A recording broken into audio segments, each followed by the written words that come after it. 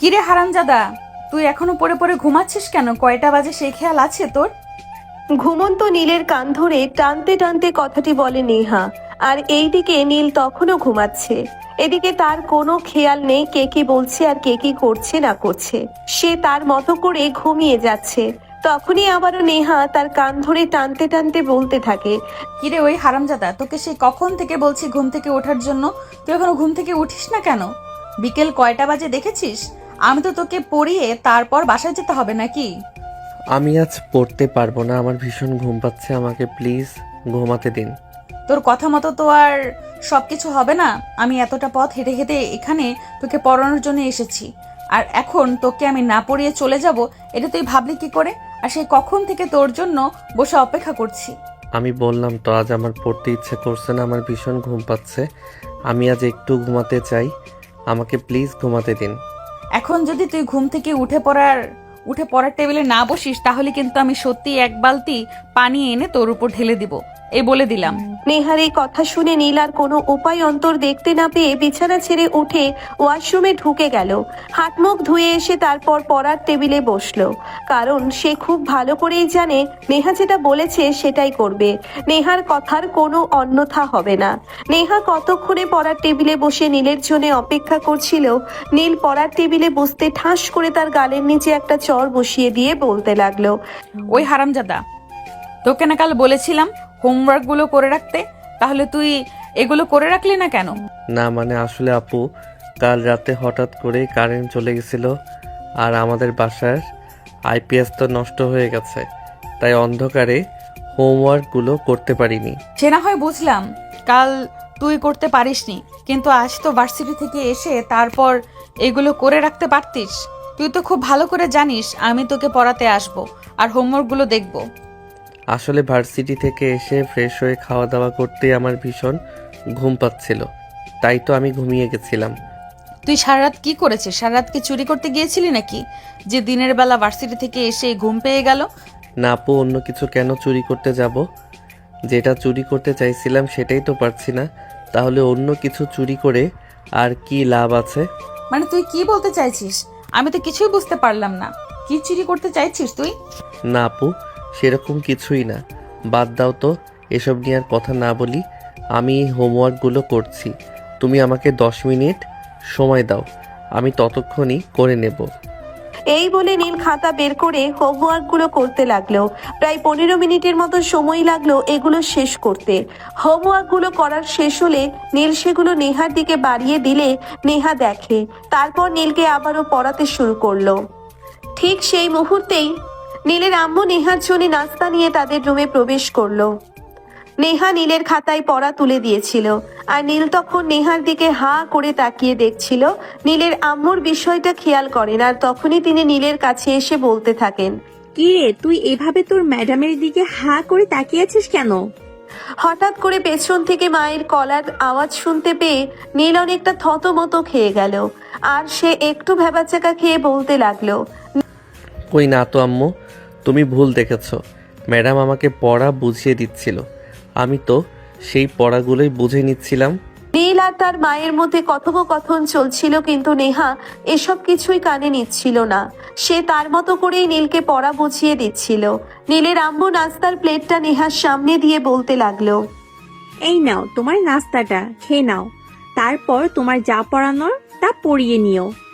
দেখুন আন্টি, আপনাকে একটা কথা বলে রাখি, আপনি এভাবে প্রতিদিন আমার জন্য নাস্তা বানিয়ে আনতে যাবেন না। এমন নয় যে আমি বাসা থেকে না খেয়ে এখানে চলে আসি। আপনি নাস্তা দিলে তারপর সেটা খেয়ে আমার পেট ভরাবো। আরে বাবা, তুমি বিষয়টাকে ওভাবে দেখছো কেন? আমি ওভাবে কোনো কিছুই মিন করিনি। তুমি আমার ছেলেকে পড়াতে আসো, আর আমাদের বাড়িতে আসা প্রত্যেকটা প্রাইভেট টিউটোরিয়ালকেই আমি সবসময় নাস্তা দিয়ে থাকি। এক্স্যাক্টলি আন্টি, আমি আপনাকে সেটাই বোঝাতে চাইছিলাম। আমাকে দয়া করে আর 5টা টিউটরের সঙ্গে গুলিয়ে ফেলবেন না। হ্যাঁ ভিউয়ার্স, আপনারা একদম ঠিকই শুনেছেন। নেহা এই কথাটাই নীলের আম্মুকে বলছিল। তার কারণ অন্য সবাই টাকার জন্য টিউশন পড়ায়, কিন্তু নেহার সেরকম কোনো প্রয়োজন নেই। নেহার বাবা যথেষ্ট অবস্থা সম্পন্ন একজন ব্যক্তি, শহরে বেশ কয়েকটা ব্যবসা রয়েছে ওনার, আর সেটা দিয়ে ওনার ফ্যামিলি খুব ভালোভাবেই চলে যায়। তো আপনারা এখন কি ভাবছেন, এত কিছু থাকার পরেও নেহা কেন নীলকে টিউশন পড়ায়? এটার পেছনেও যথেষ্ট কারণ রয়েছে। নীলকে যেই টিউশন টিচার টিউশন পড়াতো সে হঠাৎ করেই গ্রামের বাড়িতে চলে গেছে আর ঢাকায় ফিরে আসবে না। এদিকে কয়েকদিন পরেই নীলের অনার্স ফাইনাল ইয়ারের পরীক্ষা। এই মুহূর্তে তার টিউশন বন্ধ হয়ে গেলে পড়াশোনার একটা বিঘ্ন অবস্থা তৈরি হবে, আর সেজন্যই নীলের পাপা নীলের জন্য টিউশন টিচার খুঁজতে থাকেন। কিন্তু সেরকম কোনো ভালো টিউশন টিচার তিনি খুঁজে পাচ্ছিলেন না। তখনই হঠাৎ করেই একদিন নেহার বাবার সঙ্গে একটা কফি হাউসে ওনার দেখা হয়ে গেল। সেই দিনই নীলের বাবা নেহার বাবার সঙ্গে বিষয়টা খুলে বলেন। এদিকে নেহা অনার্স শেষ করেছে এই তো 1 বছর আগে। বিভিন্ন জায়গায় চাকরির জন্য ইন্টারভিউ দিয়ে যাচ্ছে, কিন্তু চাকরিটা হচ্ছে না। নেহা পড়াশোনা শেষ করে চাকরি নেওয়ার ইচ্ছে পোষণ করেছে।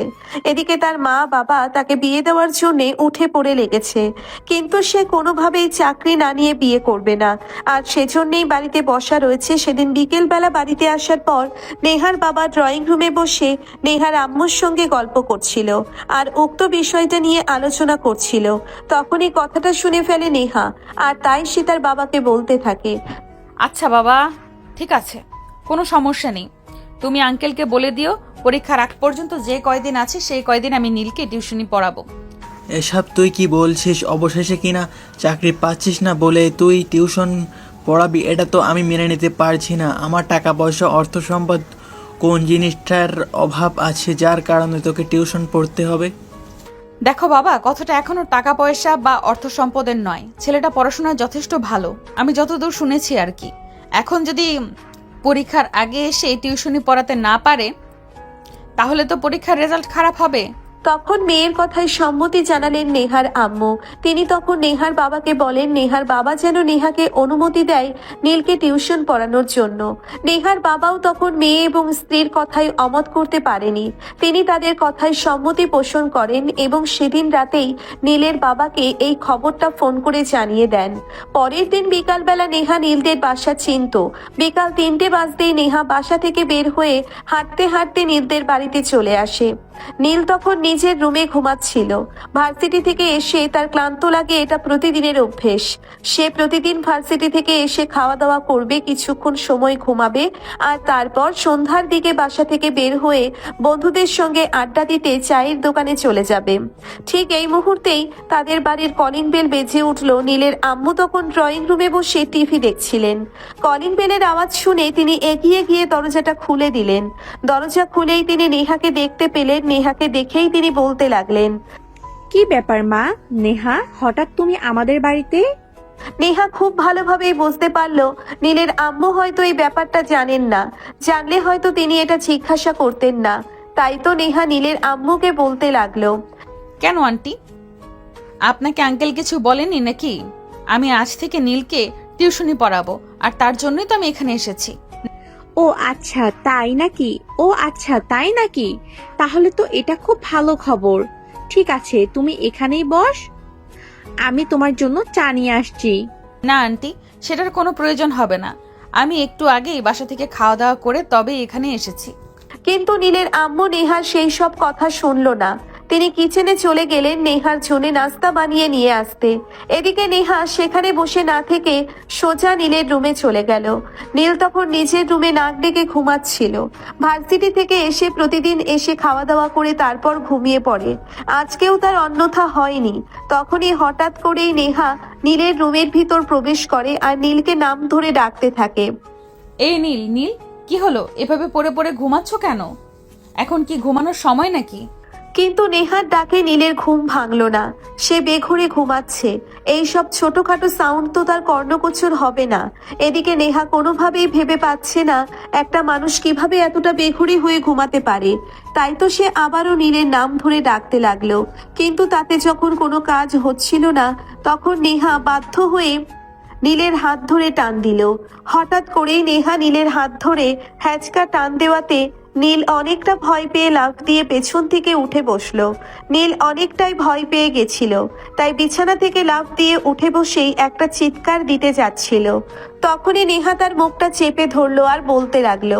কিরে, তোরে আবার ভূতে ধরেছে নাকি? এভাবে চিল্লানি দিচ্ছিস কেন? নেহার এমন কথা শুনে নীল বলতে লাগলো। আরে আপনি এখানে? হ্যাঁ, কেন? তুই আমার দিকে এভাবে তাকিয়ে আছিস কেন? দেখে মনে হচ্ছে ভূত দেখেছিস।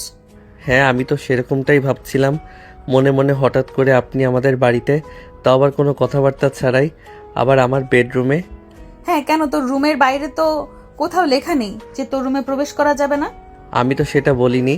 আমি তো শুধু এটাই বলেছি যে আপনি হুটহাট করে কোনো কথাবার্তা ছাড়াই আমার কাছে কেন এসেছেন। কারণ আজ থেকে আমি তোকে টিউশনি পড়াবো।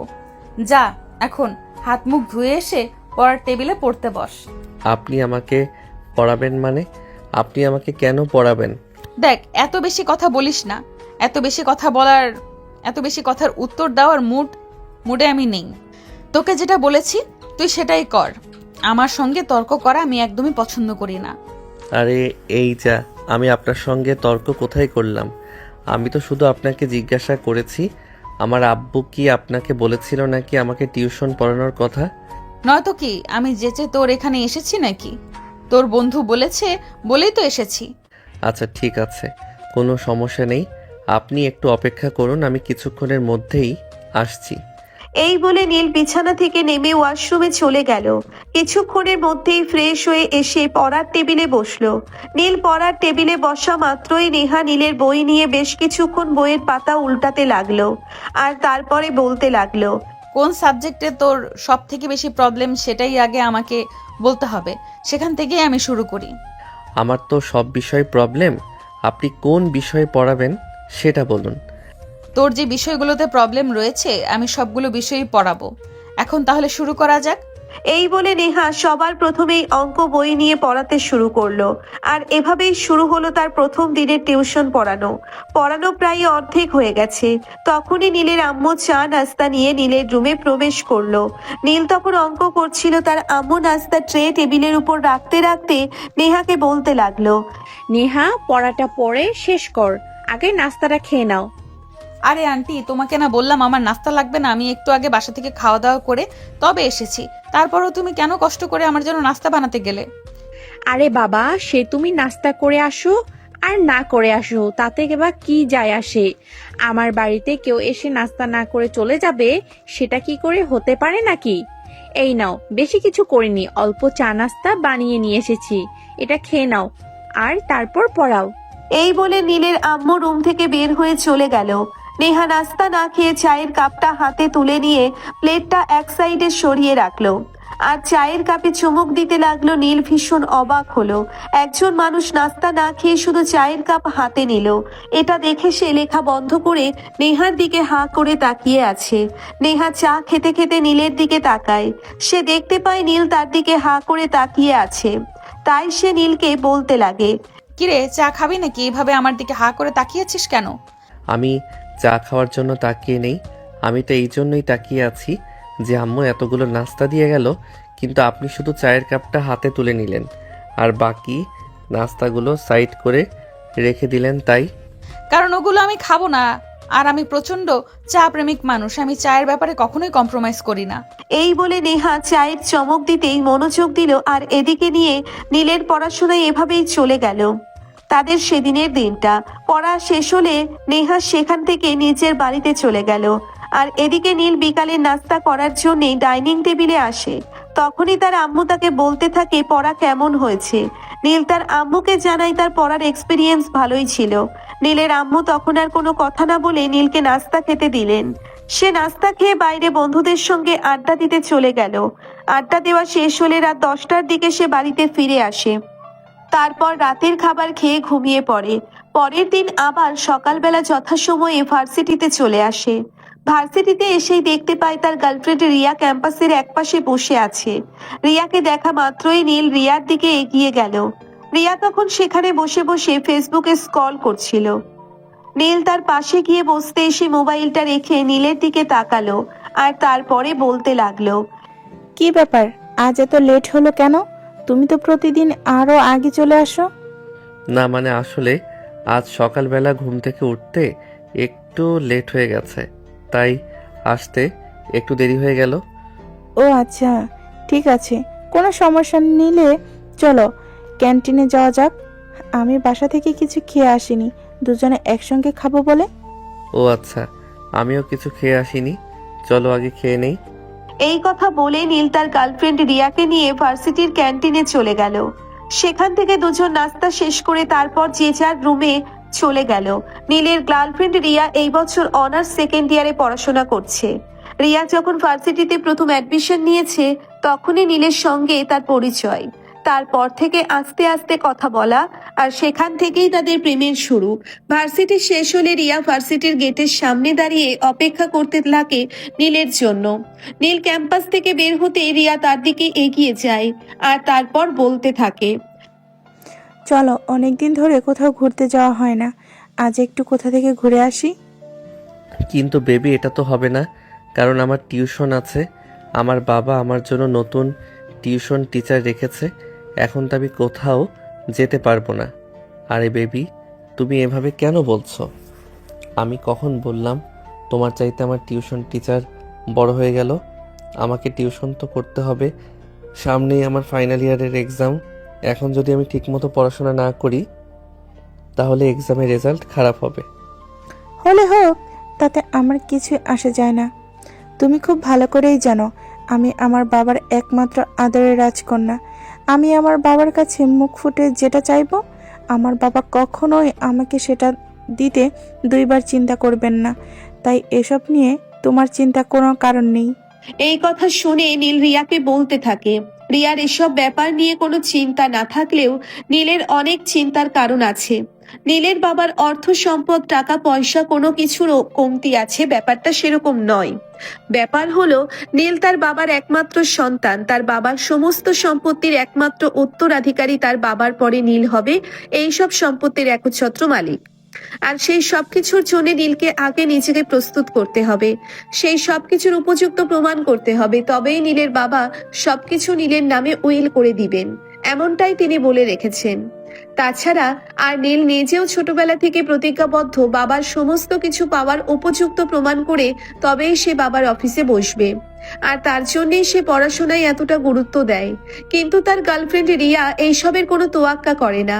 তার কথা হলো কোনো রকম নিজের মতো করে জীবনটা পার করতে পারলেই হলো, সেখানে মা বাবার কথা এত মেনে চলার কি আছে?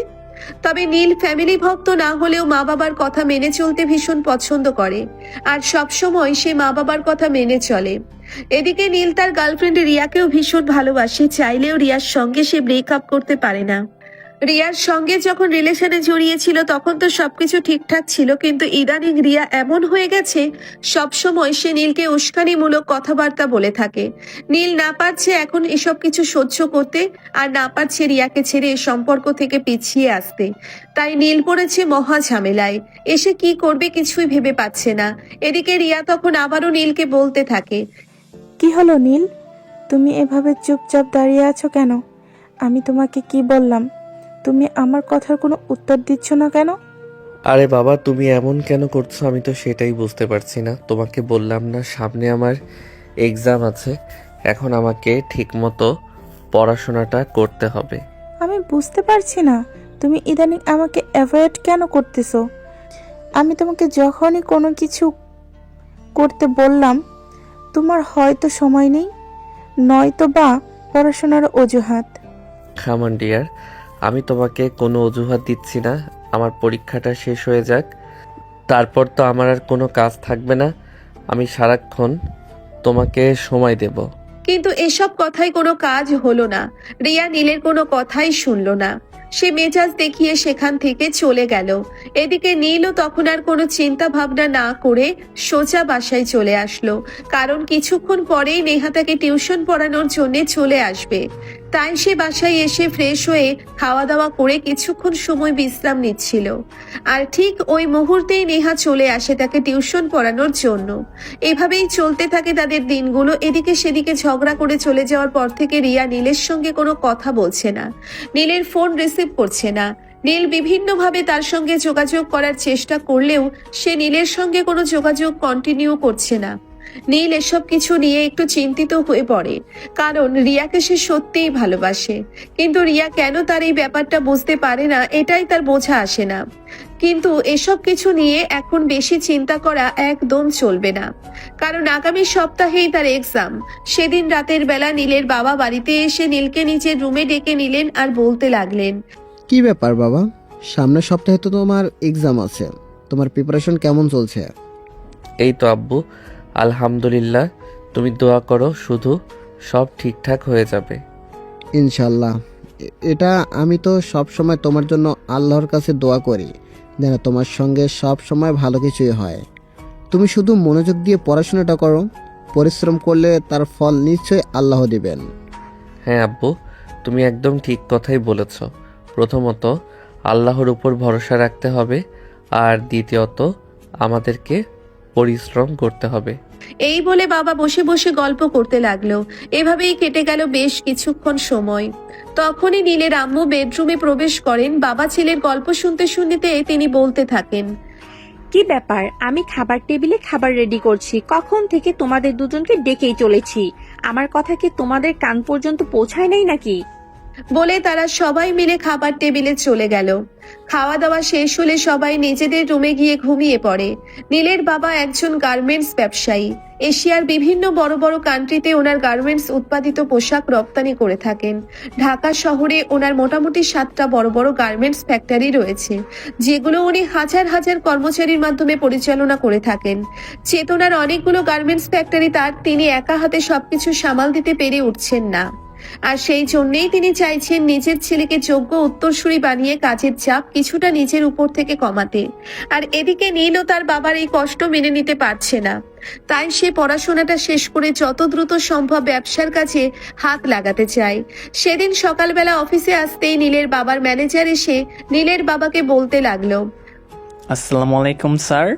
স্যার, আমরা গত সপ্তাহে যে 10 কোটি টাকার একটা কাজের অর্ডার নিয়েছিলাম, সেটা আগামীকাল শিপমেন্ট করতে হবে। ও আচ্ছা, এটা তো ভালো কথা। কিন্তু স্যার, খারাপ খবর হলো এটাই যে ওই অর্ডারের আমরা সবেমাত্র 70% প্রোডাক্ট রেডি করতে পেরেছি। একদিনে তো 30% প্রোডাক্ট রেডি করা সম্ভব নয়। কিন্তু এটা আপনি কি বলছেন? তাহলে কিভাবে কি করব? আমি তো সেটাই ভেবে পাচ্ছি না। এখন কি করা যাবে সেটাই বলুন। আপনাকে আমি কি বলবো, আমি তো সেটাই ভেবে পাচ্ছি না, কারণ আমি তো নিজেই এসবের কোনো কুল কিনারা খুঁজে পাচ্ছি না। এই বলে ম্যানেজার সাহেব সেখান থেকে বের হয়ে চলে গেলেন। আর এদিকে নীলের বাবা পড়ে গেলেন মহা চিন্তায়। শিপমেন্টের কাজ সেটা তো রেডি করতেই হবে, তা না হলে তো অনেক বড় একটা লোকসানের সম্মুখীন হতে হবে। কিন্তু তিনি কিভাবে কি করবেন সেটাই ভেবে পাচ্ছেন না। এই মুহূর্তে যদি তিনি এই কাজের শিপমেন্ট করতে না পারেন, তাহলে হয়তো আগামী কয়েকটা প্রজেক্ট ওনার হাতছাড়া হয়ে যাবে। এই বায়ারদের সঙ্গে এটাই ওনার প্রথম কাজ, আর এখনই যদি এই শিপমেন্টটা ঠিক মতো করতে না পারেন, তাহলে তো আর নেক্সট টাইম এই বায়ারদের সঙ্গে কোনো কাজ করতে পারবেন না। কারণ বিদেশিরা অনেক সময় সচেতন, তারা কাজকে অনেক বেশি প্রায়োরিটি দিয়ে থাকে। তারা কাজের ক্ষেত্রে কোনো রকম হেয়ালি পছন্দ করে না, তাদের কাছে সবার আগে কাজ। তাই নীলের বাবা কি করবেন কিছুই ভেবে পাচ্ছেন না। বেশ কিছুক্ষণ চিন্তা ভাবনা করে তিনি আবারও ম্যানেজার সাহেবকে নিজের কেবিনে ডেকে পাঠালেন আর বলতে লাগলেন, দেখুন ম্যানেজার সাহেব, যা করার ঠান্ডা মাথায় চিন্তা ভাবনা করে তবেই করতে হবে। হ্যাঁ স্যার, সেটাই তো ভাবছি, তার নামা, তাই কিভাবে কি করা যায়? আপনি এখন এই সমস্ত শ্রমিককে জানিয়ে দিন আজ সারা রাত ডিউটি করতে হবে এবং আগামীকাল সকালের মধ্যেই সিমেন্টের প্রোডাক্ট রেডি করতে হবে। তাদেরকে জানিয়ে দিন আজ সারা রাত ডিউটি করার জন্য তাদের এক্সট্রা পারিশ্রমিক দেওয়া হবে, সেই সঙ্গে ওভারটাইম তো দেওয়াই হবে। এই কথা বলার পিছনে কারণ হচ্ছে অনেক শ্রমিক আছে যাদের টাকা পয়সার অনেক বেশি প্রয়োজন। তারা একটা বেতন বোনাসের কথা জানতে পারলে খুব মনোযোগ সহকারে কাজটা করে। এবং যত দ্রুত সম্ভব কাজটা শেষ করার চেষ্টা করবে। ওনার এই মুহূর্তে যত দ্রুত সম্ভব কাজটা শেষ করা প্রয়োজন, তাই তিনি এরকমটা বললেন। যাই হোক, ম্যানেজারকে কথাটা বলার সঙ্গে সঙ্গেই ম্যানেজার সাহেব এই কথাটা অ্যানাউন্স করে দিলেন। আর এইদিকে কর্মচারীরা এসব কথা শুনতে পেয়ে কাজের গতি বাড়িয়ে দিল। যেখানে সন্ধ্যা 7টায় অফিস ছুটি হওয়ার কথা ছিল, সেখানে রাত 2টা পর্যন্ত কাজ করে তারা মোটামুটি শিপমেন্টের কাজ কমপ্লিট করে ফেললো। রাত 3:30-র মধ্যে সমস্ত কাজ শেষ হয়ে গেল এবং সমস্ত কর্মচারীদেরকে পরের দিনটা সম্পূর্ণ দিনের জন্য ছুটি দিয়ে দেওয়া হলো। এদিকে কর্মচারীরাও খুশি হলো, সেই সঙ্গে মালিক পক্ষ, আর অন্যদিকে শিপমেন্টের কাজও কমপ্লিট হয়ে গেল। এভাবে এ যাত্রায় বেঁচে গেলেন। শিপমেন্টের কাজ কমপ্লিট হওয়ার পর নীলের বাবা ম্যানেজারকে আবারও কেবিনে ডেকে নিলেন আর বলতে লাগলেন, দেখলেন তো, মাঝে মধ্যে উপস্থিতি বুদ্ধি অনেক কাজে লাগে। এই মুহূর্তে যদি আমি উপস্থিত বুদ্ধিকে কাজে না লাগাতাম, তাহলে আমি এই বিপদ থেকে উদ্ধার হতে পারতাম না। হ্যাঁ স্যার, এটা আপনি একদম ঠিক কথাই বলছেন। এই মুহূর্তে যদি আপনি এই কথাটা চিন্তা না করতেন, তাহলে আমরা এই বিপদ থেকে উদ্ধার হতে পারতাম না। এই বলে তারা দুজন সেখানে বসে গল্প করতে লাগলো। ম্যানেজার সাহেব এবং নীলের বাবা দুজনেই বেশ চিন্তিত ছিলেন এই শিপমেন্টের কাজ নিয়ে। শিপমেন্টের কাজ ভালোই শেষ করতে পারায় দুজনেই বেশ আনন্দিত। তাই নীলের বাবা ম্যানেজার সাহেবকে বলেন আজ রাতে ফ্যামিলি সহ ওনার বাসায় যেন চলে আসেন, সবাই একসঙ্গে ডিনার করবেন। ম্যানেজার সাহেবও না করলেন না, তিনি এক কথায় সম্মতি জানালেন। আর তারপর নীলের বাবা নিজের বাসায় চলে গেলেন আর ম্যানেজার সাহেব ওনার বাসায়। অবশ্য এদিকে সকালবেলা বাসায় আসাতে ম্যানেজারের স্ত্রী একটু রাগারাগি করলে পরে ম্যানেজার সাহেব নিজের স্ত্রীকে সম্পূর্ণ বিষয়টি একটু বুঝিয়ে বলেন। আর সন্ধ্যাবেলায় ইনভাইট আছে সেটা জেনে ম্যানেজার সাহেবের স্ত্রী একটু বেশি খুশি হলেন। আসলে মেয়ে মানুষ বলে কথা, তারাও কোথাও ঘুরতে যাওয়া বা কোনো জায়গায় দাওয়াত যাওয়ার কথা শুনলে ভীষণ খুশি হয়। ম্যানেজার সাহেবের স্ত্রীও তার ব্যতিক্রম নন। সারাদিন ম্যানেজার সাহেব ঘুমিয়ে কাটিয়ে দিলেন। বিকেল হতে না হতেই ওনার স্ত্রী ওনাকে ঘুম থেকে ডেকে তুললেন। তারপরেই বাচ্চাদের নিয়ে রেডি হয়ে গেলেন। এদিকে ম্যানেজার সাহেব বলতে লাগলেন, আরে বাবা, সবে তো মাত্র বিকেল, আমাকে আরেকটু সময় ঘুমাতে দাও। সময় হলে আমি নিজেই তোমাদেরকে নিয়ে চলে যাব। কিন্তু ম্যানেজার সাহেবের স্ত্রী নিজের কথাই অনড়। তিনি কোনো প্রকার রিস্ক নিতে চান না। ওনার দাওয়াত মিস হওয়া কোনোভাবেই চলবে না, দাওয়াত যেতেই হবে। তাই তিনি বাচ্চাদেরকে নিয়ে রেডি হয়ে বসে রইলেন। এদিকে ম্যানেজার সাহেব সন্ধ্যাবেলা ঘুম থেকে উঠলেন। তারপর ফ্রেশ হয়ে নিজেই এক কাপ কফি বানিয়ে নিলেন, কারণ ওনার স্ত্রী সাজুগুজু করে রেডি হয়ে বসে আছেন। এই মুহূর্তে তিনি যদি হাজারবার নিজের স্ত্রীকে কফি বানিয়ে দেওয়ার কথা বলেন, কিন্তু ওনার স্ত্রী কখনো এটা করবেন না। কারণ একটাই মেয়ে মানুষ কোথায় যাওয়ার জন্য সাজুগুজু করে রেডি হলে তাদেরকে আর যাই হোক কোনো কাজ অন্তত করানো যায় না। আর এদিকে ম্যানেজার সাহেবের স্ত্রীও তার অন্যথা নন। ম্যানেজার সাহেব কফি খেয়ে নিজেকে একটু চাঙ্গা করে নিলেন। আর এদিকে ম্যানেজার সাহেবের স্ত্রী বারবার ওনাকে তাড়া দিয়েই চলেছেন। তাই ম্যানেজার সাহেব আর কোনো কিছু চিন্তা না করে নিজের রুমে গিয়ে রেডি হয়ে নিলেন। তারপর সন্ধ্যা 7টার দিকে বাসা থেকে বের হয়ে গেলেন। বাসা থেকে বের হয়েই তিনি পাশেই একটা সুপার শপ থেকে বেশ কিছু মিষ্টি আর ফলমূল কিনে নিলেন, কারণ কোথাও দাওয়াতে যেতে হলে হাতে করে সামান্য কিছু অন্তত নিয়ে যেতে হয়। একেবারে খালি হাতে তো আর কোথাও দাওয়াত খেতে যাওয়া যায় না। দেখতে দেখতে রাত 8টার মধ্যে তারা নীলদের বাড়িতে চলে আসলো। দরজার সামনে দাঁড়িয়ে কলিং বেল চাপ দিতেই নীলের আম্মু দরজা খুলে দিলেন। উনি আগে থেকেই জানতেন সন্ধ্যাবেলায় বাড়িতে মেহমান আসবে, তাই তিনি তাদেরকে সালাম দিয়ে কৌশল বিনিময় করে বাসার ভিতরে প্রবেশ করতে বলেন। ম্যানেজার সাহেব ওনার স্ত্রী সন্তান নিয়ে বাড়ির ভিতরে প্রবেশ করেন। ড্রয়িং রুমে এসে ওনার স্ত্রী সন্তানকে নিয়ে বসেন। নীলের আম্মু তাদেরকে বসতে বলেন এবং ঠান্ডা পানীয় দিয়ে আপ্যায়ন আরম্ভ করেন। কিছুক্ষণের মধ্যেই নীলের বাবা ড্রয়িং রুমে চলে আসে আর ম্যানেজার সাহেব এবং ওনার স্ত্রীর সঙ্গে গল্প করতে থাকেন। এভাবেই চলে যায় বেশ কিছুক্ষণ সময়। আর এদিকে নীলের আম্মুর রান্নাবান্না প্রায় হয়ে আসছিল, তাই তিনি কাজের মেয়েটাকে নিয়ে সবকিছু গুছিয়ে নিয়ে খাবার টেবিলে সাজিয়ে রাখেন। এদিকে সেদিন রাতের বেলা বাসায় মেহমান আসবে এই কথা যেন নীলের আম্মু নেহাকেও নিজেদের বাসায় ইনভাইট করেন। শুধু নেহা বললে ভুল হবে, নেহার পুরো ফ্যামিলিকে তিনি ইনভাইট করেন। যদিও নেহা কোনো ইনভাইটেশনে সচরাচর অ্যাটেন্ড করে না, কিন্তু নীলের আম্মু অনেক রিকোয়েস্ট করে বলাতে নেহা তার পরিবারের সবাইকে নিয়ে সেখানে চলে আসে। রাত 8:30টার মতো বাজে। নেহা এবং তার ফ্যামিলির সবাই নীলদের বাড়িতে এসে পৌঁছতেই নেহা সেখানে এসেই সোজা নীলের রুমে চলে গেল নীলের সঙ্গে কিছুক্ষণ গল্প করবে সেজন্য, কিন্তু সেটা আর হয়ে উঠল না, কারণ নীল ওই সময় বাসায় ছিল না। প্রতিদিনের মতোই বন্ধুদের সঙ্গে আড্ডা দিতে গিয়ে আর বাড়ি ফেরা হয়নি তখনও। নেহা সারা রুমে খুঁজে দেখলো, বাড়ির ছাদেও খুঁজে দেখলো, কিন্তু কোথাও নীলকে খুঁজে পেল না। তাই সে ড্রয়িং রুমে ফিরে আসেন। নীলের আম্মু তখন কিচেনে সালাদ কাটছিলেন। নেহা সেখানে চলে গেল আর নীলের আম্মুর কাছে নীলের ব্যাপারে জিজ্ঞাসা করলো। তখন নীলের আম্মু নেহাকে সবকিছু খুলে বলেন। নেহা তখন আর কোনো কথা না বলে সেখান থেকে ড্রয়িং রুমে এসে বসে। রাতে 9:30টায় সবাই খাবার টেবিলে বসে খাবার খাচ্ছে। তখনই হঠাৎ কলিং বেলের আওয়াজ শোনা যায়। নেহা নিজেই উঠে গিয়ে দরজাটা খুলে দিল আর দেখতে পেল নীল দাঁড়িয়ে আছে। নীল তো মনে মনে কোনোদিন কল্পনাও করেনি নেহা এই সময়ে তাদের বাড়িতে থাকবে। তাই তো সে নেহাকে দেখে একদম ভূত দেখার মতো চমকে গেল আর বলতে লাগলো, আরে আরে ম্যাডাম, আপনি এখানে? তার আগে তুই আমাকে এটা বল, এত রাতে তুই কোথায় ছিলি আর এত রাতে কোথা থেকে এসেছিস?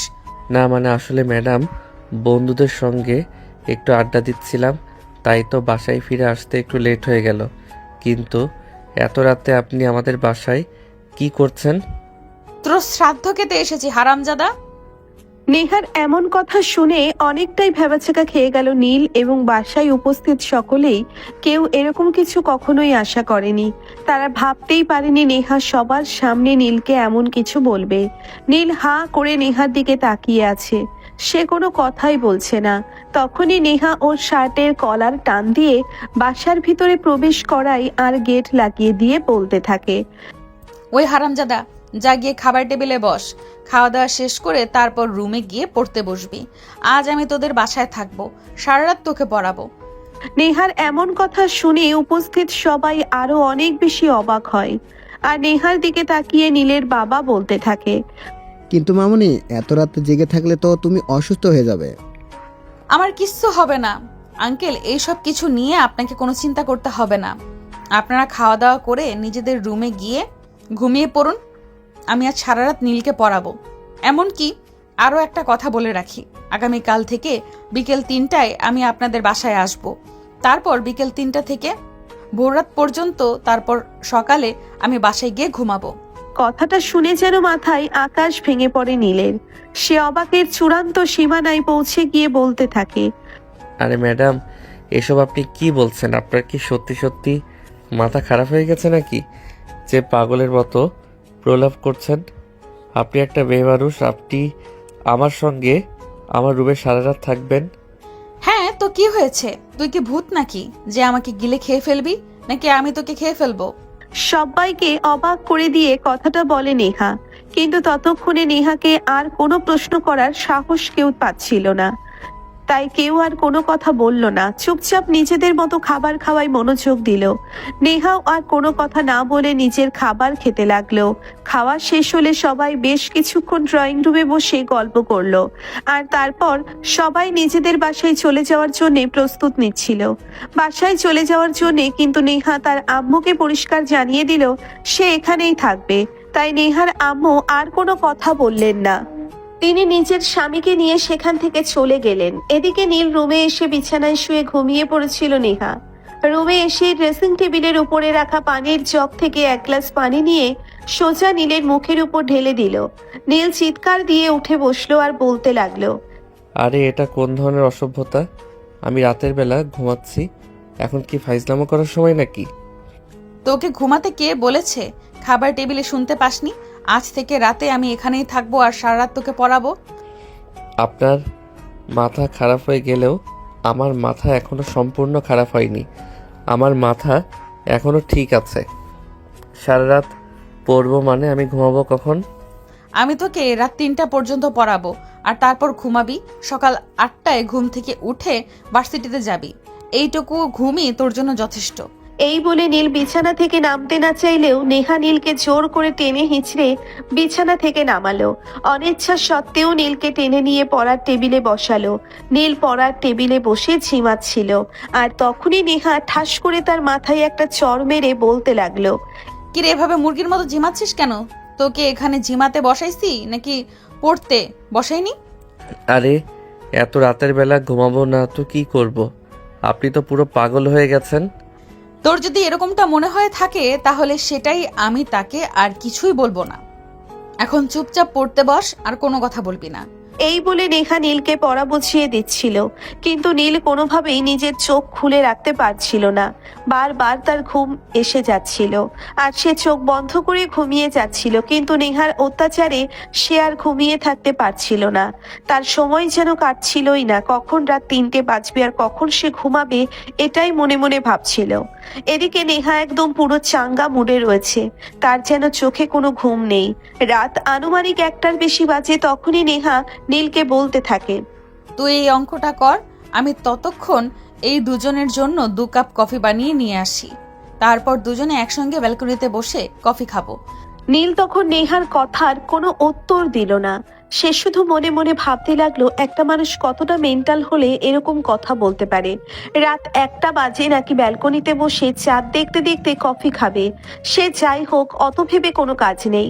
তাই নীল নিজের মতো করে অঙ্ক করতে লাগলো। এদিকে নেহা কিচেনে চলে আসে। যেহেতু সে এই বাড়িতে নতুন, এখানকার কোনো কিছুই তার চেনা জানা নেই, তাই কফি আর চিনি দুটোই খুঁজে পেতে তার একটুও সময় লাগলো।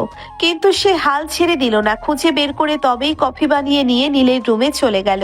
নীলের ততক্ষণে অঙ্ক করা শেষ হয়ে গেছিল, তাই নেহা নীলকে বলতে লাগলো ব্যালকনিতে যাওয়ার জন্য, কিন্তু নীল যেতে রাজি হচ্ছিল না। আর ঠিক তখনই নেহা আবারও নীলকে জোর করে ব্যালকনিতে চলে গেল। দুজনে ব্যালকনিতে দাঁড়িয়ে দাঁড়িয়ে কফি খেতে লাগলো, আর তখনই হঠাৎ করেই নেহা নীলকে বলতে লাগলো, আচ্ছা, তুই কখনো প্রেম করেছিস? হঠাৎ এসব প্রশ্নের মানে কি?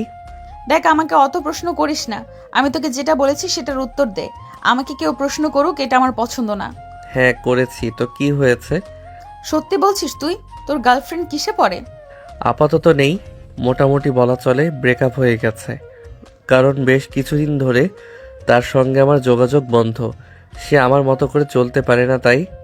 মানে তুই কি বলতে চাইছিস? আমি তোর কথাটা ঠিক বুঝতে পারলাম না, একটু ক্লিয়ারলি খুলে বলতো আমাকে। আসলে আপনি তো খুব ভালো করেই জানেন এই মুহূর্তে আমি পড়াশোনা নিয়ে অনেক ব্যস্ত সময় কাটাচ্ছি। আমার বাবার এবং নিজের ইচ্ছা পূরণের জন্য এদিকে আমার গার্লফ্রেন্ড চাই। আমি সব সময় তাকে সময় দেই। হ্যাঁ, গার্লফ্রেন্ড থাকলে তো তাকে সময় দিতেই হবে, এখানে অবাক হয়ে বলার কি আছে? কিন্তু পড়াশোনার প্রেশারের জন্য আমি সেটা দিতে পারছি না। আর তার একটু সময় হবে না, অনেক অনেক লম্বা সময় চাই। ও আচ্ছা, ঠিক আছে, বুঝতে পারছি। আচ্ছা, তুই আমাকে একটা কথা বলতো, আমাকে তোর কেমন লাগে সেটা জিজ্ঞেস করেছি। মানে আপনি কি বলতে চাইছেন আমি ঠিক বুঝতে পারলাম না। আপনি তো দেখতে মাশাআল্লাহ যথেষ্ট সুন্দরী আছেন। হ্যাঁ, আমি দেখতে সুন্দরী সেটা তো আমি খুব ভালো করেই জানি, কিন্তু আমি তোকে অন্য কথা জিজ্ঞাসা করছি। নেহার কথাটা ঠিক নীলের মাথায় ঠিকভাবে ঢুকলো না, তাই নীল বেশ কিছুক্ষণ চুপ করে দাঁড়িয়ে রইল। আর তারপর নেহা আবারও নীলকে বলতে লাগলো, কি রে, কি হলো? তোকে আমি কিছু জিজ্ঞাসা করেছি, তুই আমার কথার উত্তর দিচ্ছিস না কেন? আমি আপনার কথাটা এখনো ঠিকভাবে বুঝে উঠতেই পারিনি। তাহলে কি উত্তর দেব সেটা আপনি নিজেই আমাকে বলে দিন না। ও মা, সোজা কথা সোজাভাবে বলছিস না নাকি? আমি তো তোকে এটাই জিজ্ঞাসা করেছি, আমাকে তোর পছন্দ হয় নাকি? হ্যাঁ, আমি তো সেটাই বললাম আপনাকে। আমার পছন্দ হওয়া বা না না হওয়ার কি আছে? আপনি আমার টিচার, আপনি আমাকে তো ভালোই পড়ান। দেখ, একদম হ্যাবলামি করিস না, এইসব আমার একদম ভালো লাগে না। আচ্ছা ঠিক আছে, বাদ দে সেসব কথা, কফিটা শেষ কর, সবে মাত্র রাত 1:30 বাজে, আরো 1.5 ঘন্টা তোকে পড়তে হবে। এই বলে দুজনে কফিতে চুমুক দিতে লাগলো। কিছুক্ষণের মধ্যেই তাদের কফি খাওয়া শেষ হলে দুজনে আবারও রুমে ফিরে আসে, আর নীল পড়তে বসে। রাত 3টে বাজতেই নীল বলতে লাগলো, এবার তো আমাকে ছেড়ে দিন, রাত 3টা বেজে গেছে, আমাকে এখন ঘুমাতেই হবে। আমি আর বসে থাকতে পারছি না। আচ্ছা ঠিক আছে, ঘুমিয়ে পড়। আমি তোদের গেস্টদের রুমে গিয়ে কিছুক্ষণ শুয়ে থাকবো, তারপর ফজরের আজান দিলে নামাজটা পড়ে বের হয়ে যাব। আম্মুর রুমের দরজা খোলা আছে, আপনি চাইলে আম্মুর রুমে আম্মুর সাথেও ঘুমাতে পারেন। নীল কথাটা নেহাকে উদ্দেশ্য করে বলে, কিন্তু নেহার কানে সেই কথা পৌঁছানোর আগেই নেহা রুম থেকে বের হয়ে চলে যাচ্ছিল। নেহা নীলের রুম থেকে বের হয়ে নিচে গেস্ট রুমে গিয়ে শুয়ে ঘুমিয়ে পড়ল। সকালবেলা ফজরের আজান দিতে সেই ঘুম থেকে উঠে ফজরের নামাজ পড়ে নিল। আর তারপরেই হাঁটতে হাঁটতে নীলদের বাসা থেকে বের হয়ে নিজের বাসায় চলে গেল। কলিং বেল চাপ দিতেই তার আম্মু দরজা খুলে দিল। এত সকালবেলা নেহাকে বাসায় ফিরে আসতে দেখে তিনি ভীষণই অবাক হন আর বলতে থাকেন, এটা কি ব্যাপার? তুই এত সকাল থেকে কোথা থেকে আসলে? আমি তো সেটাই বুঝতে পারছি না। তোমাকে সবকিছু বুঝতে হবে, এটা কোন হাদিসে লেখা আছে সেটা আমায় বলো তো শুনি। এই বলে নেহা তার আম্মুকে কোনো কথা বলার সুযোগ না দিয়ে সেখান থেকে সোজা নিচের রুমে চলে গেল আর দরজা বন্ধ করে ঘুমিয়ে পড়ল। এদিকে নীল সকাল 8টার দিকে ঘুম থেকে উঠে ফ্রেশ হয়ে খাওয়া দাওয়া করে তারপর ভার্সিটিতে চলে গেল। ভার্সিটিতে প্রবেশ করা মাত্রই তার গার্লফ্রেন্ড রিয়া তার পথ আগলে দাঁড়ালো। নীল এরকমটা একদমই আশা করেনি, কারণ বেশ কিছুদিন ধরে তার গার্লফ্রেন্ডের সঙ্গে কোনো কথা বলা তো দূরের কথা, টোটালি যোগাযোগ বন্ধ করে দিয়েছে এই বলা চলে।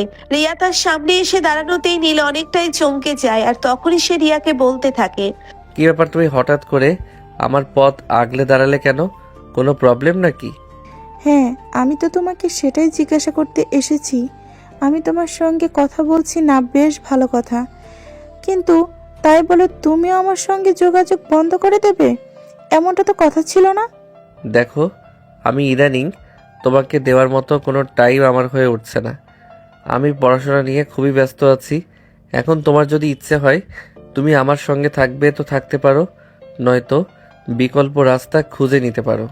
দেখো, যখন আমরা সম্পর্কে এসেছি তখন তো এরকম কোনো কথা ছিল না, তাহলে এখন তুমি কেন আমার সঙ্গে করছো এমন? নীল ততক্ষণে রিয়ার কথার কোনো উত্তর না দিয়ে সেখান থেকে চলে গেছে। রিয়া বেশ কিছুক্ষণ অবাক হয়ে সেখানে দাঁড়িয়ে থাকে আর ঠিক তখনই রিয়ার এক ফ্রেন্ড পিছন থেকে রিয়ার কাঁধে হাত রাখে আর বলতে থাকে, কি ব্যাপার রিয়া, তুমি এখানে কি করছো? রিয়া তখন কোনো কথাই বলে না, চুপচাপ দাঁড়িয়ে আছে, নীলের চলে যাওয়া দেখছে। তখনই আবারও শুভ রিয়াকে বলতে থাকে, কাম অন রিয়া, তোমাকে আমি আগেই বলেছিলাম এইসব প্লেবয় টাইপের ছেলেদের সঙ্গে মিশো না। ওরা ফুলের মধু খাওয়া শেষ হয়ে গেলে ফুলটাকে জাস্ট ছুঁড়ে ফেলে দেয়। দেখো প্লিজ, এভাবে বলো না নীল। এরকম ছিল না কেন যে হঠাৎ করে এরকম হয়ে গেছে? আমি তো সেটাই বুঝতে পারছি না। হ্যাঁ এক্স্যাক্টলি, আমি তোমাকে এটাই বলতে চাইছিলাম। শুরুতে কোনো ছেলেই এরকম থাকে না, সময়ের সাথে সাথে সবাই বদলে যায়। যাই হোক শোন, তোমাকে ফ্রিতে একটা অ্যাডভাইস দেই, এই ছেলের পেছনে পড়ে থেকে লাভ নেই। তার চাইতে বরঞ্চ এটাই ভালো হয় তুমি আমার সঙ্গে রিলেশনে আসো। এসব কি বলছো তুমি? হ্যাঁ, মাথা খারাপ হয়ে গেছে নাকি? যেখানে তুমি খুব ভালো করেই জানো আমি নীলের সঙ্গে রিলেশনে আছি, সেখানে তুমি ডিরেক্ট আমাকে প্রেমের প্রস্তাব দিচ্ছ?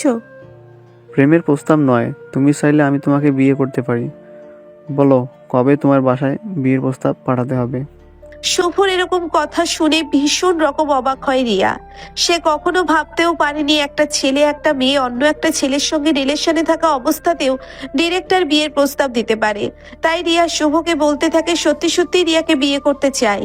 তাহলে রিয়া এই প্রস্তাবে রাজি আছে, কারণ সে নিজের এই অবহেলা কোনোভাবেই মেনে নিতে পারছে না। সে নীলকে দেখিয়ে দিতে চায় সেও কিছু করতে পারে, নীলের জন্যে তার জীবন থেমে থাকবে না। নীল তাকে যতটা অবহেলা করছে সে নীলকে ততটাই যন্ত্রণা দিতে চায়, কারণ রিয়া খুব ভালো করেই জানে নীল তাকে খুব বেশি ভালোবাসতো, কিন্তু ইদানিং কোনো কারণে যে নীল তাকে অবহেলা করছে এটাই তার বুঝে আসছে না।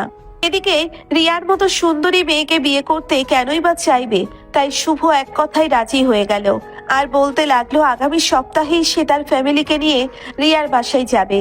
বিয়ে প্রস্তাব দিতেই অতঃপর দুজনে কথা বলতে বলতে নিজেদের ক্লাসরুমে চলে গেল।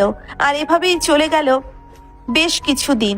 পরের সপ্তাহে শুক্রবার সকালবেলা শুভ রিয়াকে ফোন করে জানায় সে তার ফ্যামিলিকে নিয়ে আজ বিকেলেই রিয়াদের বাড়িতে আসবে। রিয়া খবরটা শুনে ভীষণ খুশি হয়। সে তার আম্মুকে সবকিছু খুলে বলে আর সবকিছু শুনে তার আম্মুও সম্মতি জানায় এবং মেহমানদের আপ্যায়নের ব্যবস্থা করেন। শুভ তার ফ্যামিলিকে নিয়ে বিকাল 3টার দিকে রিয়াদের বাড়িতে আসে। সবাই মিলে ড্রয়িং রুমে বসে অনেকক্ষণ গল্প গুজব করে আর তারপরে এই শুভর আম্মু সবকিছু রিয়ার ফ্যামিলিকে খুলে বলে রিয়ার ফ্যামিলিও তাদের প্রস্তাবে রাজি হয়ে যায়। কারণ সবার ফ্যামিলি ব্যাকগ্রাউন্ড ভালো, ছেলেটাও চারিত্রিক দিক দিয়ে মোটামুটি ভালোই বলা চলে। তাই বিয়ের প্রস্তাবে না করার মতো কোনো ওয়ে খুঁজে পান না রিয়ার ফ্যামিলি। অতঃপর দুই পরিবারের সম্মতিতে তাদের বিয়ের দিন তারিখ ফাইনাল হয়। যেহেতু বিয়ের দিন তারিখ ফাইনাল হয়ে গেছে তাই তারা দুজনে ছুটিয়ে প্রেম করতে শুরু করেছে। দুজনে ভার্সিটিতে একসঙ্গে যাওয়া আসা করে হাতে হাত ধরে হাঁটাহাঁটি করে, সবাইকে যেন একদম থাক লাগিয়ে দিয়েছে। এদিকে ভার্সিটির স্টুডেন্টরাও ভীষণ রকম অবাক, কারণ যে মেয়েটা কদিন আগেও একজন সিনিয়রের সঙ্গে সম্পর্কে ছিল আর সেই মেয়েটাই এখন কিনা নিজের ব্যাচমেট কারোর সঙ্গে এতটা ঢলাঢুলি করছে, এটা তারা সহজভাবে নিতে পারছে না। তাই তারা এই খবরগুলো নীলের কানে পৌঁছে দেয়। এদিকে নীলের এক্সাম শুরু হয়ে গেছিল। ঠিক ওই মুহূর্তেই নীল এই খবরটা জানতে পারে। তাই সে মনে মনে ভেবেছিল হয়তো এটা তাকে জ্বালানোর জন্য বলা হয়েছে। তাই সে এসব দিকে মনোযোগ না দিয়ে নিজের পড়াতে মনোযোগ দিল। দেখে দেখে তার পরীক্ষা শেষ হয়ে গেল। সেদিন বিকেল বেলা হঠাৎ করেই নীল তার বন্ধুর সঙ্গে আড্ডা দেওয়ার জন্য বাসা থেকে বের হয়ে আর ঠিক এই মুহূর্তেই দেখতে পায় রিয়া রিকশায় করে শুভকে নিয়ে কোথায় যেন যাচ্ছে। এই বিষয়টা দেখেই নীল বিষয়টা হজম করতে পারলো না। রিকশার সামনে গিয়ে দাঁড়ালো আর তারপরে রিয়াকে উদ্দেশ্য করে বলতে লাগলো, রিয়া এসব কি? আমি তো কিছুই বুঝতে পারছি না। শুভ তোমার সঙ্গে কি করছে? এই শুভ, তুমি রিয়ার সঙ্গে একই রিকশায় কেন? আমার হবু বউয়ের সঙ্গে একই রিক্সায় আমি থাকবো না তো কে থাকবে বলেন শুনি? শুভর এমন কথা শুনে মাথায় আকাশ ভেঙে পড়ল নীলের। সে কোনো কিছুই বুঝতে পারছে না এসব কি হচ্ছে তার সঙ্গে। তাই তো সে আবারও রিয়াকে বলতে লাগলো। এটা শোনার পর রিয়া নীলকে যেটা বললো সেটা শোনার জন্য নীল একদমই প্রস্তুত ছিল না। রিয়া নীলকে তখন বলতে লাগলো, কি হলো রিয়া, তুমি কোনো কিছু বলছো না কেন? শুভ এসব কিছু কি বলছে? সব কিছু তো আমার মাথার উপর দিয়ে যাচ্ছে, আমি কোনো কিছু বুঝতে পারছি না। তোমার তো অত কিছু বোঝার কোনো প্রয়োজন নেই। তুমি তো তোমার পড়াশোনা নিয়েই ব্যস্ত থেকেছো। না হলে তোমার বাবার সম্পত্তি তোমার হাতছাড়া হয়ে যাবে। কিন্তু আমার একজন মানুষ প্রয়োজন, যেটা তোমাকে আমি কখনোই বোঝাতে পারিনি। তাই তো আমি নিজে অন্য কাউকে খুঁজে নিলাম। মানে এসব কি বলছো তুমি? তুমি কি পাগল হয়ে গেছো নাকি? না, এখন আমি সম্পূর্ণ ঠিক আছি। পাগল তো আমি তোমার প্রেমে ছিলাম। তোমাকে অন্ধের মতো বিশ্বাস করে পাগলের মতো ভালোবেসেছিলাম। আর তুমি তো আমার ভালোবাসার কোনো মূল্যই দিলে না। এসব তুমি কি বলছো? তুমি তো জানো তোমাকে আমি কতটা ভালোবাসি। শুধুমাত্র পড়াশোনার চাপে রয়েছি বলে তোমার সঙ্গে কিছুদিন সময় কাটাতে পারিনি, তাই বলে তুমি অন্য একজনের সঙ্গে ঘোরাঘুরি করবে? এটা তো হতে পারে না। দেখো, শুধু এতটুকু বললে ভুল হবে। আমি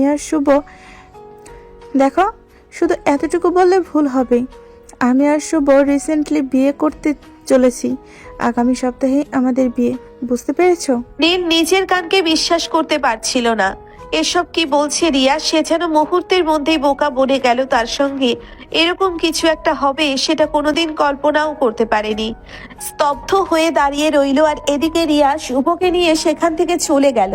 কেটে গেল বেশ অনেকক্ষণ সময়, কিন্তু নীল তার পরেও সেখানেই দাঁড়িয়ে আছে। আর এদিকে ঠিক ওই মুহূর্তেই নেহা কোথায় একটাই যাওয়ার জন্যে বাসা থেকে বের হয়েছিল। বাসার সামনে বের হতেই দেখতে পেল নীল সেখানে দাঁড়িয়ে আছে। তাই সে এক মুহূর্ত দেরি না করে নীলের কাছে এগিয়ে আসলো। তারপরেই সে নীলকে বলতে লাগলো, এই নীল, চল না একটু ঘুরে আসি। বাসায় বসে থেকে ভালো লাগছিল না, তাই তো বের হলাম, কিন্তু কাউকেই পাচ্ছি না সঙ্গী বানাতে। দেখুন, আমার মন মেজাজ এমনিতেই ভালো নেই। আপনি এখন আসতে পারেন, দয়া করে আমায় বিরক্ত করবেন না। হ্যাঁ, আমি তো সেটাই বলেছি তোকে। দেখতে আপসেট দেখাচ্ছে, তাই তো বললাম চল দুজনে একটু ঘুরে আসি, তাহলে ভালো লাগবে। কিন্তু নীল কোনোভাবেই নেহার সঙ্গে যেতে চাইছিল না। এদিকে নেহাও হাল ছেড়ে দেওয়ার মতো মেয়ে নয়। তাই সে এক প্রকার জোর করেই নীলকে নিয়ে গাড়িতে উঠে গেল। আর সঙ্গে সঙ্গে ড্রাইভারকে গাড়ি স্টার্ট করতে বলল তারা। দুজনে একটা লেকের পাড়ে এসে অনেকক্ষণ ধরেই বসে আছে, চুপচাপ, কেউ কোনো কথা বলছে না। তখনই আবারও হঠাৎ করেই নেহা নীলকে বলতে থাকে, কি খাবে বলো?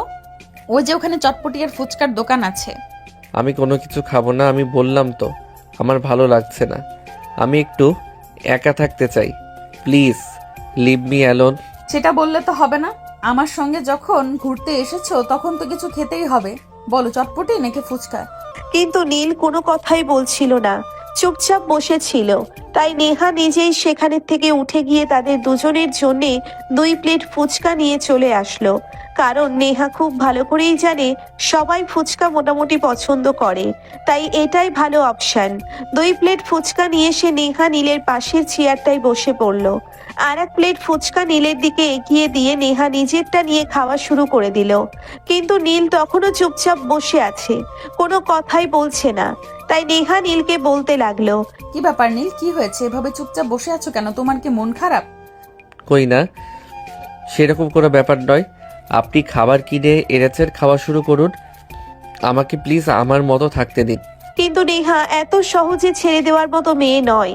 তাই সে আবারও নীলকে জিজ্ঞাসা করতে লাগলো কি হয়েছে।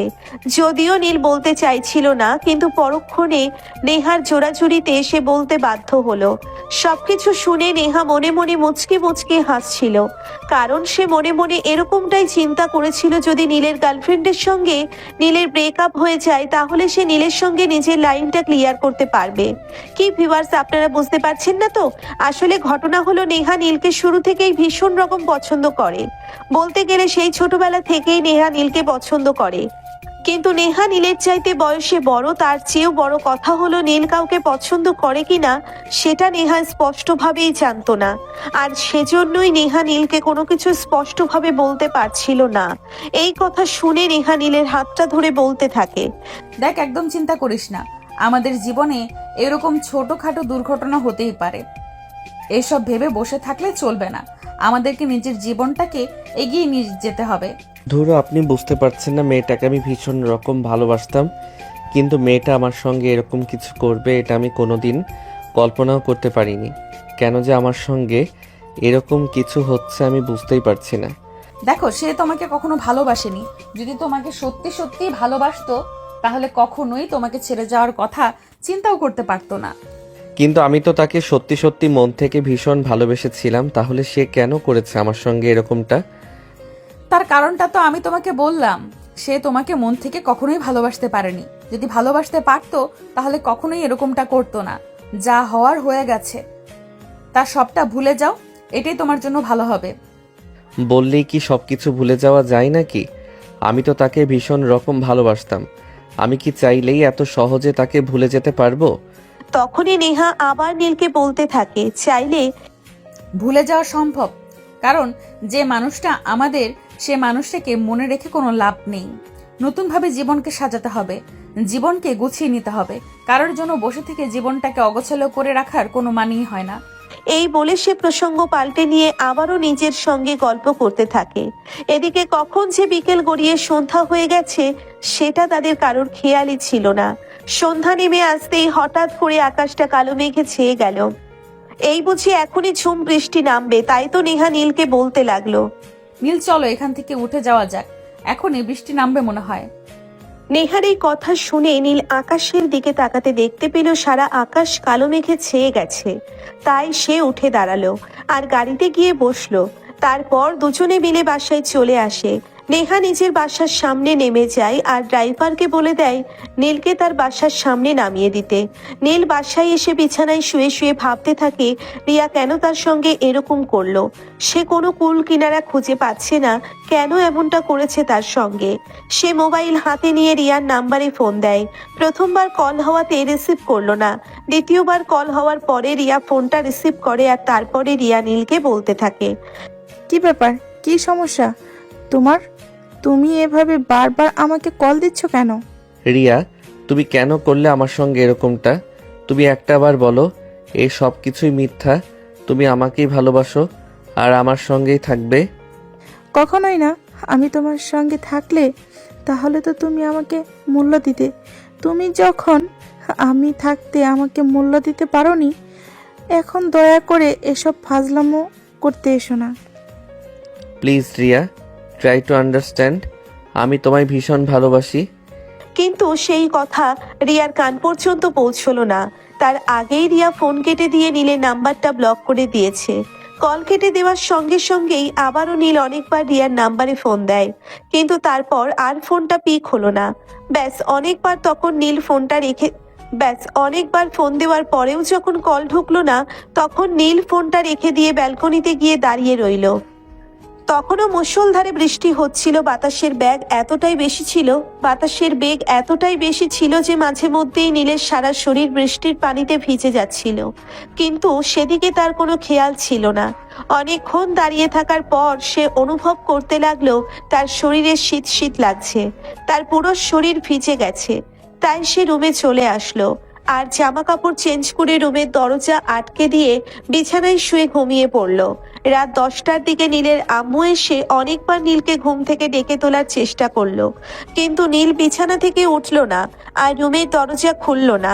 অবশেষে নীলের আম্মু সেখান থেকে চলে গেলেন। পরের দিন সকালবেলা ঘুম থেকে উঠেই নেহা নীলের সঙ্গে দেখা করতে আসে, কিন্তু নীল তখনও রুমের দরজা খুলে দিয়ে নেহার বাসায় এসে নীলের আম্মুকে বলতে থাকে, আন্টি, নীল কোথায়? নীল তো নিজের রুমে রয়েছে সেই কখন থেকে, তাকে ডাকছি কিন্তু এখনো ঘুম থেকে উঠছে না। কাল কোথা থেকে যে এসে রুমের দরজা দিয়েছে। রাতের খাবারটা খাওয়ার জন্য অনেকবার ডেকেছি, কিন্তু তারপরও একবারও রুম থেকে বের হয়নি। নেহা ততক্ষণে ব্যাপারটা খুব ভালোভাবেই বুঝতে পারলো, তাই সে কোনো কথা না বলেই নীলের রুমে চলে গেল আর অনেকবার তার রুমের দরজার সামনে দাঁড়িয়ে ডাকাডাকি করলো, কিন্তু তাতে কোনো লাভ হলো না। নীল কোনো কথাই বলল না, আর রুমের দরজা খোলা তো অনেক দূরের কথা। এদিকে নেহা অনেকবার নীলের মোবাইল নাম্বারে কল দিল, কিন্তু ফোন সুইচ অফ বলছে। রুমের ভেতর কি হচ্ছে কেউ কোনো কিছু বুঝতেই পারছে না। এদিকে বেলা ঘোরাতে লাগলো, দুপুর হতে চলল, কিন্তু নীলকে অনেকবার ডাকাডাকি করার পরেও সে কোনো সাড়া শব্দ করছে না আর রুমের দরজা খুলছে না। সবাই বেশ চিন্তিত হয়ে পড়ল। সবাই মিলে সিদ্ধান্ত নিল এবার রুমের দরজা ভাঙা হবে। তাই তারা রুমের দরজা ভেঙেই রুমের ভিতরে প্রবেশ করে, আর তখনই দেখতে পায় নীল সেন্সলেস হয়ে বিছানার উপর পড়ে আছে। তাই তারা তাড়াহুড়ো করে নীলকে নিয়ে হসপিটালে চলে গেল। ডাক্তার দেখানো হলো নীলের হার্ট অ্যাটাক হয়েছে। এই কথা শুনে সবাই ভীষণ অবাক হলো। তারা কেউ ভাবতেই পারেনি এইটুকু বয়সে হার্ট অ্যাটাকের মতো কিছু হতে পারে। অতঃপর ডাক্তার তাদের সবাইকে সম্পূর্ণ ব্যাপারটা একটু ভালোভাবে বুঝিয়ে বলল, আসলে হার্ট অ্যাটাকের জন্য নির্দিষ্ট কোনো বয়সের প্রয়োজন হয় না। মানসিক চাপ, টেনশন আর দুশ্চিন্তা এগুলোই যথেষ্ট। সেদিন সন্ধ্যাবেলা নীলের জ্ঞান ফিরে আসলো। ডক্টর খবরটা তার ফ্যামিলির মানুষকে দেওয়া মাত্রই সবাই ছুটে গেল নীলের কেবিনে। ডাক্তার তাদেরকে শুধুমাত্র একবার চোখের দেখার অনুমতি দিল, তার সঙ্গে কোনো কথা বলার অনুমতি দিলেন না। তাই সবাই শুধুমাত্র একবার নীলকে দেখে তারপরে কেবিনের বাইরে চলে আসলেন। এদিকে নেহা পুরো সময়টা জুড়ে নীলের ফ্যামিলির সাথে হসপিটালেই রয়েছে, একবারের জন্যেও বাসায় যাওয়ার নাম পর্যন্ত নেয়নি। অপরদিকে নীলের মা বাবা নেহাকে চলে যেতে বললেও নেহা একবারের জন্যেও বাসায় যেতেই রাজি হয়নি। সেই সবাইকে পরিষ্কারভাবে জানিয়ে দেয় নীল যতক্ষণ পর্যন্ত সম্পূর্ণ সুস্থ না হচ্ছে ততক্ষণ পর্যন্ত সে এখানেই থাকবে। উল্টে সে নীলের ফ্যামিলির সবাইকে বলে বাসায় চলে যেতে, সে একাই নীলের কাছে থাকবে, সে একাই নীলের দেখাশোনা করতে পারবে। এদিকে নীলের মা বাবা দুজনেও ভীষণ ক্লান্ত ছিল, তাই তারা নেহার উপর ভরসা করে বাসায় চলে গেল। সারা রাত একা একাই নেহা হসপিটালে নীলের পাশে বসে রইল। নীলকে ঘুমের ইনজেকশন দেওয়া হয়েছে, সে ঘুমাচ্ছে। পরের দিন সকালে নেহার ফ্যামিলির সবাই এবং নীলের ফ্যামিলির সবাই হসপিটালে চলে আসে। সকাল 11টার দিকে নীলের ঘুম ভাঙে। চোখ মেলে তাকিয়ে দেখে নেহা তার পাশে তার হাত ধরে বসে আছে। তার দুই চোখ কান্না করতে করতে একদম ফুলে গেছে। এটা দেখে নীল বলতে থাকে, কি ব্যাপার, আপনি এখানে কেন? আর আপনার চোখ দুইটা এত ফোলা ফোলা কেন? ও কিছু না। তোমার শরীর এখন কেমন আছে? তুমি ঠিক আছো তো? কাল রাতে কি হয়েছিল তোমার? এক নিঃশ্বাসে সবগুলো প্রশ্ন করে নেহা। আর তখনই নীল নেহার এরকম একটা প্রশ্ন করতে থাকা দেখে বলতে থাকে, আরে ম্যাডাম, আস্তে আস্তে এতগুলো প্রশ্ন আপনি যদি একসঙ্গে করেন তাহলে আমি কোনটা রেখে কোনটার উত্তর দিব সেটাই তো ভেবে কুল পাই না। আপনি আমাকে আস্তে আস্তে প্রশ্ন করুন আর আমি ধীরে সুস্থে আপনার প্রশ্নের সমস্ত উত্তর দিচ্ছি। আমি তো এখান থেকে পালিয়ে যাচ্ছি না। তখন নেহা থেমে যায়, আর কোনো কথাই বলে না। বেশ কিছুক্ষণ চুপ করে থাকার পর নীল বলতে থাকে। জানি না কাল ওখান থেকে আসার পর হঠাৎ করে আমার কি হয়ে গেল। আমি তো সুস্থভাবে বিছানায় শুয়েছিলাম, হঠাৎ করেই বুকে সামান্য ব্যথা হচ্ছিল। তারপর কি হয়েছে আর কিছু বলতে পারি না। শরীর খারাপ লাগছিল এই কথাটা তো বাসার কাউকে বলা যেত, তাহলে তো আর এতটা খারাপ অবস্থা হতো না। আমি কি জানতাম না কি এতটা খারাপ হয়ে যাবে? আমি তো ভেবেছিলাম একটু পর ছেড়ে দিবে। ওই মুহূর্তেই ফ্যামিলির সবাই এসে কেবিনের ভিতরে প্রবেশ করলো। নেহা উঠে দাঁড়ালো, আর তারপরেই সবাই একে একে নীলকে প্রশ্ন করতে লাগলো। নীল সবার প্রশ্নের উত্তর দিতে গিয়ে হাঁপিয়ে যাচ্ছিল। এক পর্যায়ে সে বিরক্ত হয়ে আর কোনো কথাই বলে না, চুপচাপ তাদের কথা শুনছিল। এভাবেই কেটে গেল বেশ কিছুক্ষণ সময়। তারপর নীলের আম্মু নেহাকে বাসায় গিয়ে ফ্রেশ হতে বলে, কিন্তু নেহা যেতে চাইছিল না নীলকে রেখে। কিন্তু টানা 2 দিন ধরে হসপিটালে থাকায় নেহার চেহারার অবস্থা একদম বিচ্ছিরি হয়ে গেছিল। তাই নীল সেটা দেখে নিজেই নেহাকে বাসায় গিয়ে ফ্রেশ হয়ে তারপর আসতে বলল। নীলকে কথা তো আর নেহা ফেলে দিতে পারে না, নীলের কথা তো আর নেহা ফেলে দিতে পারে না। তাই সে বাধ্য হয়ে বাসায় চলে গেল। ফ্রেশ হয়ে খাওয়া দাওয়া করে কিছুক্ষণ সময় বিশ্রাম নিল, আর তারপর বিকালের মধ্যেই আবারও হসপিটালে চলে আসলো। 3 দিন পর নীলকে হসপিটাল থেকে বাসায় রিলিজ করা হলো। এখন সে আলহামদুলিল্লাহ আল্লাহর রহমতে সুস্থ আছে। এই কদিন ধরে টানা নেহা নীলের সেবা যত্ন করেছে, যে ব্যাপারটা 2 ফ্যামিলিরই সবার চোখে পড়েছে। তাই তো নীলের বাবা নেহাকে নিজের রুমে ডেকে নিয়ে বলতে লাগলেন, যদি কিছু মনে না করো তাহলে মামনি, তোমায় আমি কিছু জিজ্ঞাসা করতে পারি? নীলের বাবার এই কথা শুনে নেহা মাথা নেড়ে হ্যাঁ সূচক সম্মতি জানালো। আর তারপর নীলের বাবা নেহাকে বলতে লাগলো, জানি না আমার কথাটা তুমি কিভাবে নেবে, কিন্তু আমার এরকমটাই মনে হয়েছে, তাই তোমাকে বলছি। তাই নয় কি? আরে আঙ্কেল, আপনি এভাবে কেন বলছেন? আপনি আমার বাবার মতো যে কোনো কথা নিঃসংকোচে আমায় বলতে পারেন। বলুন কি বলবেন। তুমি কি আমার ছেলে নীলকে পছন্দ করো? তাকে বিয়ে করতে চাও? নীলের বাবার এমন কথায় ভ্যাবাচেকা খেয়ে গেল নেহা। সে কি বলবে কিছুই ভেবে পাচ্ছিল না। চুপ করে মাথা নিচু করে দাঁড়িয়ে রইল। যখনই আবারও নীলের বাবা তাকে বলতে থাকে, দেখো, এভাবে চুপ করে থাকার মতো কিছুই হয়নি। আমি তোমার বাবার মতোই। তোমার মনের ভিতর কি আছে সেটা স্পষ্টভাবে আমায় জানতে পারো। নেহা নীলের বাবাকে সবকিছু খুলে বলে, আর এটা বলেছে সে নীলকে অনেক দিন ধরেই পছন্দ করে, সেই ছোটবেলা থেকে। কিন্তু সাহস পাচ্ছিল না তাকে এই কথাটা বলার। নেহার কথা শুনে নীলের বাবা বুঝতে পারেন, তাই তিনি নেহাকে বলেন। নেহার বাবা তখন এই ব্যাপারটা জেনে ভীষণ আনন্দিত হন। আর তিনি তখন বলতে থাকেন তারা নিজেরাই ছোটবেলা থেকে নীল আর নেহার বিয়ের সম্বন্ধ ঠিক করে রেখেছিলেন। কিন্তু তারা মনে মনে ভেবেছিল নেহার বাবার ছেলে সন্তান হবে আর নীলের বাবার মেয়ে সন্তান। কিন্তু ঘটনাক্রমে পুরো ঘটনাটাই উল্টে গেল, কারণ দুজনেরই বিপরীত লিঙ্গের সন্তান জন্ম নিল। তাই তারা এই কথাটা এতদিন আর প্রকাশ করেনি। কিন্তু এখন যখন নেহা নিজেই নীলকে পছন্দ করে আর বিয়ে করতে চায়, তাই তিনি এই বিয়ের সম্বন্ধ পাকাপোক্ত করতে চান। নীলের বাবার এমন সিদ্ধান্তের কথা জেনে নেহা ভীষণ খুশি হয়, আর খুশিতে লাফাতে লাফাতে নিজেদের বাড়িতে চলে গেল। এদিকে নীলের বাবা পরের দিন বিকালবেলা নেহার বাবার অফিসে চলে গেলেন, আর নেহার বাবার সঙ্গে সমস্ত কথাবার্তা ফাইনাল করলেন। অপরদিকে নীল এসবের কোনো কিছুই জানতো না। তাই তো সেদিন বিকালবেলা নেহা নিজের নীলের কাছে এসে সবকিছু খুলে বলল। নীল এসবের জন্য একদমই প্রস্তুত ছিল না, তাই সে একটু ভ্যাবাচাকা খেয়ে বলতে থাকে, এসব আপনি কি বলছেন? আপনার মাথা খারাপ হয়ে গেছে নাকি? আপনি জানেন আপনি আমার চাইতে সিনিয়র। আচ্ছা, সেটা তো আমি খুব ভালো করেই জানি। আমি কি কোনো কিছু না জেনেই এরকম সিদ্ধান্ত নিয়েছি নাকি? আপনি সব কিছু জেনে শুনে যদি সিদ্ধান্ত নিয়ে থাকেন তাহলে আমি বলবো আমি এই বিয়েটা করতে পারবো না, আর এটা করা আমার পক্ষে সম্ভব নয়। আমি আমার চাইতে একটা সিনিয়র মেয়েকে কখনোই বিয়ে করব না। এই বলে নীল সেখান থেকে উঠে চলে গেল। নেহা ভীষণ রকম ব্যথিত হলো, আর কি করবে সেটাই ভেবে পাচ্ছিল না। তাই সে এক মুহূর্ত দেরি না করে নীলের বাবাকে ফোন করে সব ব্যাপারটা খুলে বলল। সবকিছু শুনে নীলের বাবা সেদিন রাতেই বাড়িতে এসে নীলের সঙ্গে কথা বলতে গেলেন। নীল তখন নিজের রুমে শুয়েছিল।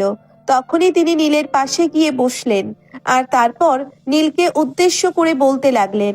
নীল, তুমি নেহাকে কি বলেছো? আপনি যেটা শুনেছেন আমি সেটাই বলেছি। মানে এসব কি বলছো তুমি?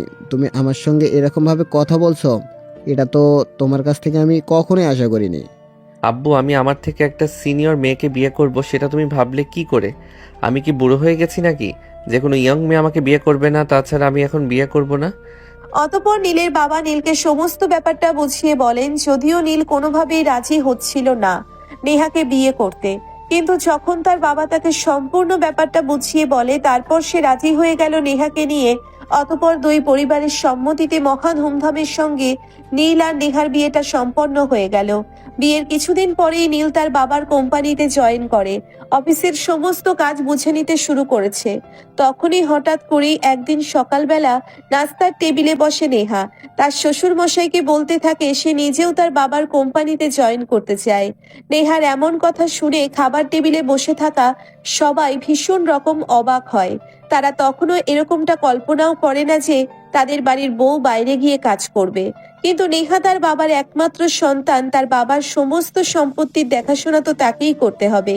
তাই নেহা এরকম সিদ্ধান্ত নিয়েছে।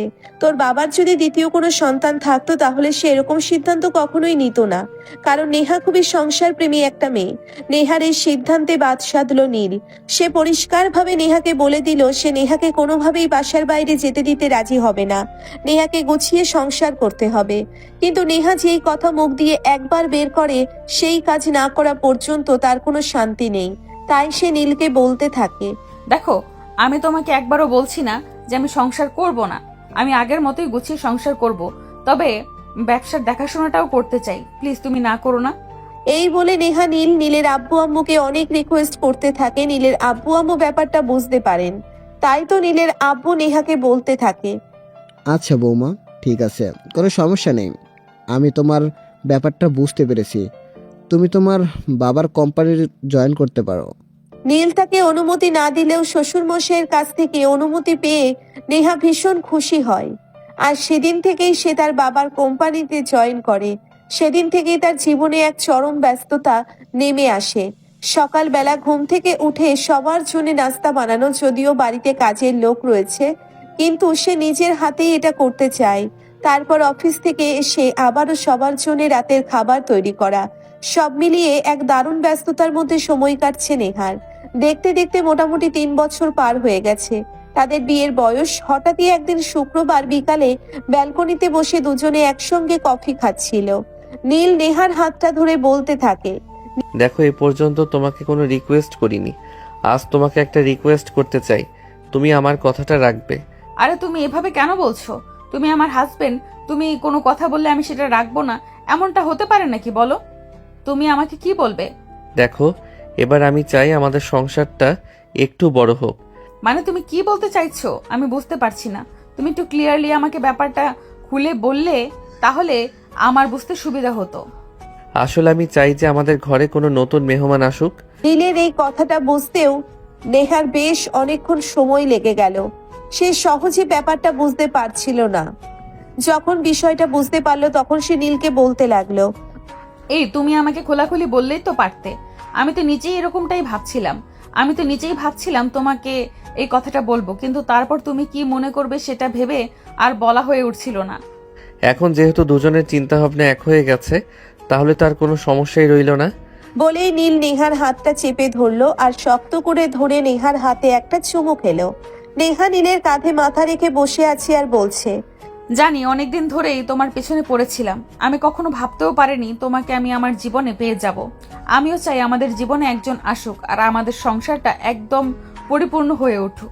এ কথা শুনে নীলের মাথায় একটু দুষ্টু বুদ্ধি এঁটে গেল। তখনই সে নেহাকে পাজা কোলে তুলে নিয়ে রুমে চলে আসলো আর সঙ্গে সঙ্গে রুমের দরজাটা লাগিয়ে দিল এবং সমস্ত জানালার পর্দাগুলোও লাগিয়ে দিল। এটা দেখে নেহা তাকে জিজ্ঞাসা করলো কি হয়েছে, কিন্তু সে নেহার কথায় কোনো উত্তর দিল না। চুপচাপ সবকিছু বন্ধ করে দিয়ে নেহার কাছে চলে আসলো আর তারপরেই নেহাকে বিছানায় শুইয়ে দিয়ে তার বুকের উপর শুয়ে পড়লো। তারপর সেই নেহাকে বলতে লাগলো, যেহেতু দুজনেরই মনের ইচ্ছা এক, তাহলে দেরি কেন করছি? যত তাড়াতাড়ি দুজন মিশন কমপ্লিট করতে পারবো তত তাড়াতাড়ি তো আমাদের মেহমান আমাদের ঘরে চলে আসবে। যা দুষ্টু, তাই বলে এই দিনের বেলা নাকি? এখন ছাড়ো আমাকে, আজ শুক্রবার, বাসায় আসছি, সবার জন্য স্পেশাল কিছু রান্না করব। না, সবাই মিলে আজ বাইরে খেতে যাব। আজ তোমাকে কোনো কাজ করতে হবে না, আজ শুধু তুমি আমাকে সময় দিবে। বলেই নীল নেহাকে ভালোবাসার স্পর্শ দিতে লাগলো। নেহাও তার সঙ্গে রেসপন্স করতে লাগলো। আজ প্রায় অনেক দিন পর দুজন দুজনকে এতটা কাছে পেয়েছে, কারণ ব্যস্ততার কারণে দুজনের পার্সোনাল টাইম স্পেন্ড করা আর হয়ে ওঠে না। সারাদিনের ব্যস্ততা আর ক্লান্তিতে বিছানায় শুলে শুধু ঘুম আসে, আর কিছুই ভালো লাগে না। তাই আজ দুজন দুজনকে ভালোবাসার উষ্ণতায় উষ্ণিত করতে লাগলো। নেহাও নীলের সঙ্গে সঙ্গে রেসপন্স করছিল, আর কিছু সময়ের মধ্যেই দুজন ভালোবাসার মহাসমুদ্রে ডুবে গেল।